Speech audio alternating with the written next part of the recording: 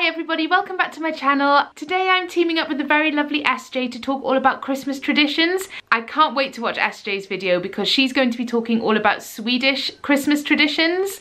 It's taken me about 3 attempts to say that quickly because it's a real tongue twister. Swedish Christmas traditions. I find it so interesting to hear how different families celebrate Christmas in different ways. So once you're done watching this video, please make sure you head over and watch SJ's and subscribe to her channel if you haven't already. You will absolutely love her channel, I'm sure.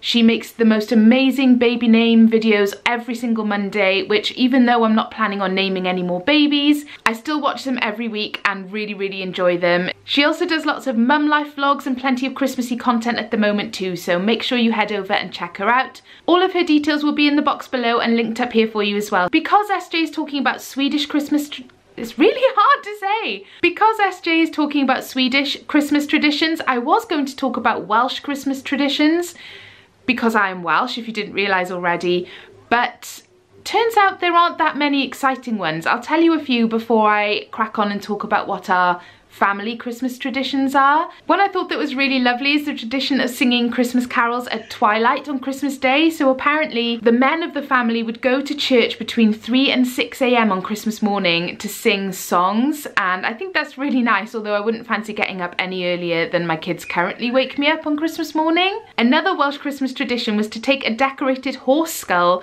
called a Mari Llwyd around door to door, almost like a festive trick-or-treat, knocking on the doors and challenging people to a Welsh verse battle, so almost like a festive sing-off. I think that's actually quite funny, and apparently it still takes place in some parts of the country. I have never heard of it before until I did this research, but I think it's a great idea, maybe minus the horse skull though. And one of the strangest ones I came across was the tradition of homing or holming, which is basically the last person to get out of bed the day after Christmas would get beaten with holly sprigs. Not sure how I feel about that one. Can't see why anybody would have thought that was a good idea, but apparently that is a traditional Welsh Christmas custom. Our family Christmas traditions are definitely not as exciting as that. There's no horse skulls or holly whipping going on in this house. So I thought I would just share with you a few of the things that we do on Christmas Eve and Christmas Day every single year, which we really look forward to and just makes it really feel like Christmas. So starting with our Christmas Eve traditions, something that we do every single year is make our own gingerbread. I try and do it as early on in the day as I can, so we've got the rest of the day to do other things, and then we like to make it into a gingerbread house later in the afternoon or in the early evening. So in the morning, Merrin and I, and Aidan as well, now that he's a little bit older, all get involved making the gingerbread dough. We've always made a gingerbread house with the kids on Christmas Eve since they were very small. We used to just buy the kits from the supermarket, and that was great.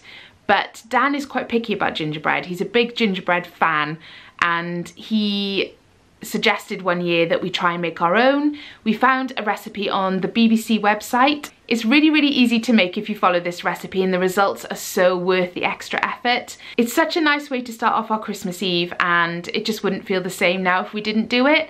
And another tradition that sort of evolved as a result of that is that Dan and the kids will walk over to the shop in our local village in the morning, and they will pick out the sweets that they want to use to decorate their gingerbread house, and they love doing that. Another thing that I like to do every single Christmas Eve, which makes the house smell amazing and really Christmassy, is make Christmas red cabbage. A friend of mine shared the recipe with me years ago now, and I've started making it every year since then. I'm the only person that likes to eat it on Christmas Day. I don't think anybody else in my family ever has any on their plate. I think the first year or two they did because they felt obliged to, because I'd gone to the effort, and then as the years have gone on, less and less of it has been taken from the bowl. But I love it. I think it's really nice, and I will continue to make it on Christmas Eve just because it makes me feel really Christmassy and it makes my house smell good. The first time this year I've made the kids a Christmas Eve basket myself. Our Elf on the Shelf brings one every Christmas Eve towards the end of the day, but I wanted to put something together that they could make use of throughout the day to keep them entertained and just to make everything feel a bit more festive. I made a video on it. I will link it up here so you can go and watch it if you haven't already. But it's basically things that we can do and activities rather than Christmas pajamas and treats, which are brought by our elf, Which brings me on to another one of our Christmas traditions. Every year around tea time, we go out for a walk with a torch and wrapped up in our winter woolies and our boots, and we go for a walk around our village with a torch, looking to see if we can spot anything going on in the sky, any reindeers or any signs of Santa. It's just a nice way to clear the cobwebs, get a bit of fresh air and build the excitement before the rest of the evening. Usually then when we get back from our walk, our elf on the shelf has left us and left behind our Christmas Eve box. In the box he usually puts Christmas pyjamas, a Christmas book to read that evening, some chocolates or a selection box and a Christmas movie. So the kids will then go off and have a bath and get nice and clean and ready for bed and into their new pyjamas. Then we'll all sit down together as a family and watch the Christmas movie. I'm wondering what movie he might bring this year, because I think we own pretty much every single Christmas movie that there is. After we've watched the movie, something we've done for years now and the kids absolutely love is track Santa on the NORAD website. If you've never used it before, just Google NORAD, N-O-R-A-D, Santa Tracker, and it's basically a satellite image that shows you where Santa is at any given point on Christmas Eve. So you can see where his sleigh is on a map, you can watch him moving and coming closer to where you are, and it shows pictures of him flying over certain parts of the world. The kids absolutely love it. They get really excited seeing how close he's getting to us, and it's just a nice way to round off the evening before bedtime. Every single year without fail at bedtime on Christmas Eve we will read The Night Before Christmas. The kids are probably sick of it, but I refuse to not read it every year. It's one of my favourites and it just makes me feel all warm and snuggly. So we'll read that, and we'll also read probably another 3 Christmas books, because they'll each choose one of their favourites, either from their bookshelf or one that our elf on the shelf has put in the Christmas Eve box. So we'll read those, wind down, try and calm everybody down before bed, and then it's lights out usually around 8:30, nice and early.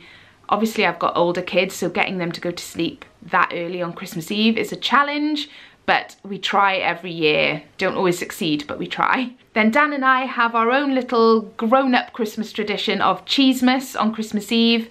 This isn't exclusive to Christmas Eve. We'll have Cheesemas on any night in the run-up to Christmas, but we sit down with a selection of festive cheeses and crackers and chutneys and a bottle of port, that's the important bit, and we will watch a Christmas movie or a Christmas special on TV.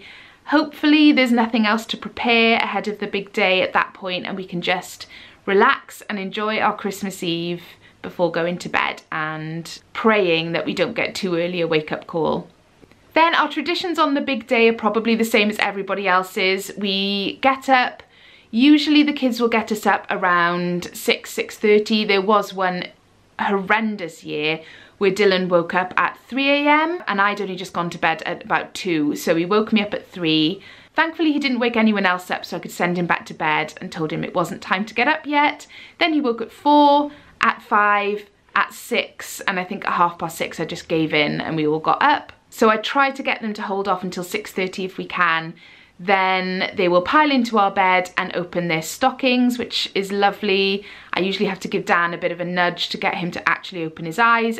Then every Christmas morning, my mum comes up to share in the excitement of the kids opening their presents.